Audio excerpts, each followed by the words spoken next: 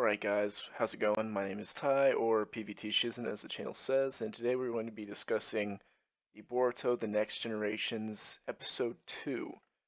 Now in this episode we actually go into stuff that is more character development, stuff like that. We start out with Boruto entering the academy. His 2-week suspension is up after hurtling a train into the Hokage statue of Naruto, and he is in school for the first day. And upon entering school, he is belittled and yelled at by his classmates for, being someone that's coattailing his father, the Hokage of the village, because they think that anyone else who did what Boruto did in the last episode of, knocking that train into the Hokage mountain would have gotten a much more serious punishment, jail time, although I don't know any society in which a 11-year-old child, however old Boruto is, would get jail time for that, but that's beside the point. They're kids, so they probably don't know these kind of things.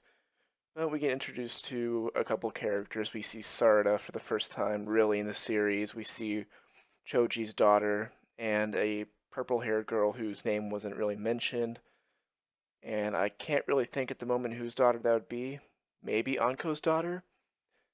And we also got reintroduced to Anko, who is a fat fuck. Holy shit, Anko, you gained so much fucking weight.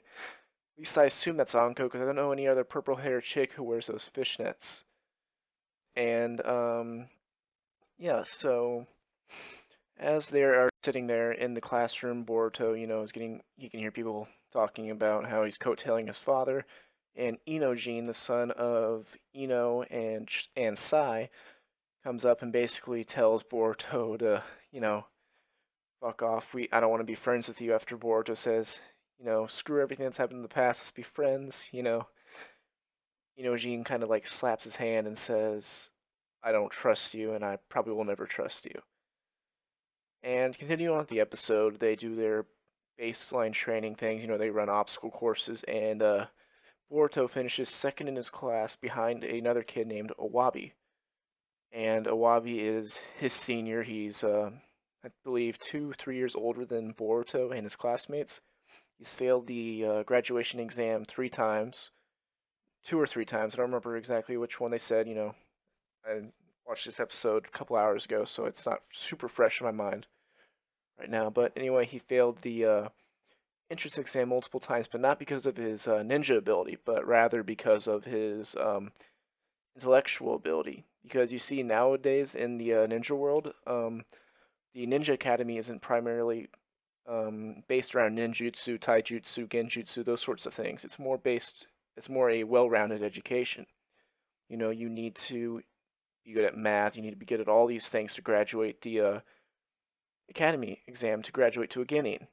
Because, it's a time of peace, you don't need every single ninja to be able to fucking blow up a mountain, all that other bullshit that goes on in the Naruto verse. So it's more of a well-rounded education to fit the times that are coming, times of technology, which is understandable, but Iwabi doesn't quite agree with that, and he just hasn't passed the exams.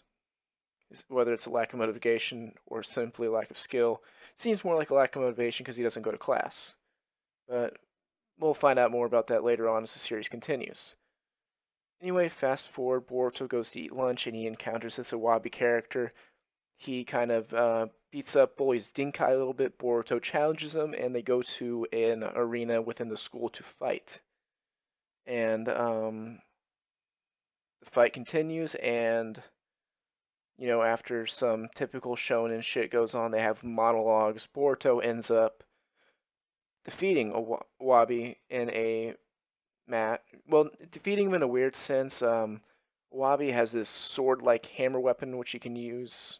It's like a metal pole that he stuck in the ground, and he rips it out and he uses earth release to turn it into a hammer. And he said he wasn't going to use it at the beginning of the match. And after Boruto kind of knocked him down, knocked him around a bit, he got angry and used the hammer. And then Inojin stepped in and stopped the fight. And then Awabi had sort of like an inner monologue in which he said, "Wow, that's not very cool of me." And the fighting stopped there. So, cut back to a day later, and everyone sort of respects Boruto more because they saw him stick up for Dinkai.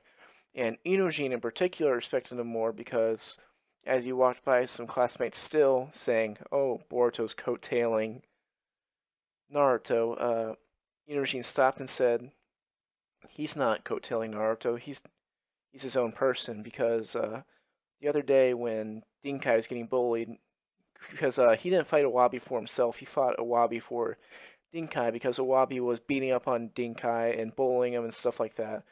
So he said that Boruto is not coattailing Naruto by any means. He's his own shinobi, he's his own person. And I think this is an interesting thing about Inojin as a character because he seems, alongside Shikidai, to be one of the most level-headed. I'm just going to call them all Genin because that's pretty much what they are. One of the more level-headed Genins we've seen in the series so far. And eventually, Awabi walks into the classroom, and him and Boruto have one of those like Naruto Sasuke-esque moments, which they kind of like look at each other in like a rival aspect and kind of smirk, kind of accepting each other's presence in a more polite way. And Awabi apparently is going to start attending class every day now and learn so he can graduate and become a Genin. So, thoughts after this episode initially. First of all, the artwork is still fantastic, although the animation is not very good, honestly. It seemed very filler-esque. The fight between Awabi and Boruto, although albeit it's not very high-class jutsu. The only thing was really used was substitution or shadow clone jutsu by Boruto. But still, I would have expected a little bit more quality out of it because some of the scenes where Boruto was running behind these pillars in the arena, it seemed very two-dimensional, not very 3D from what we're used to seeing from typical shonen animation.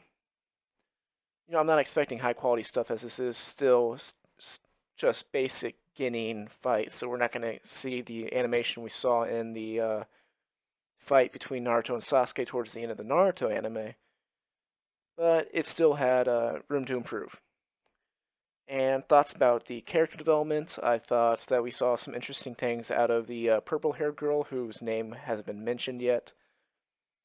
She seems to have a crush on Boruto, possibly, or she's just a very, dinky girl who just ditzy, not dinky, ditzy girl who gets shy over the littlest things, which is also a possibility because again, this is a shonen anime and every girl does it at some point.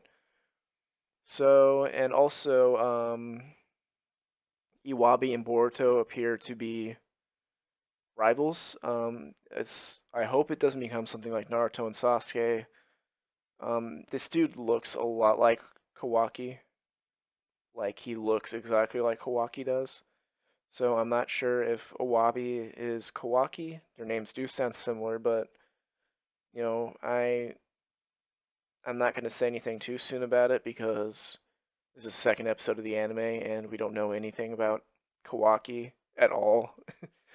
Like literally at all. So I'm not gonna say anything too crazy and make any too many bold predictions.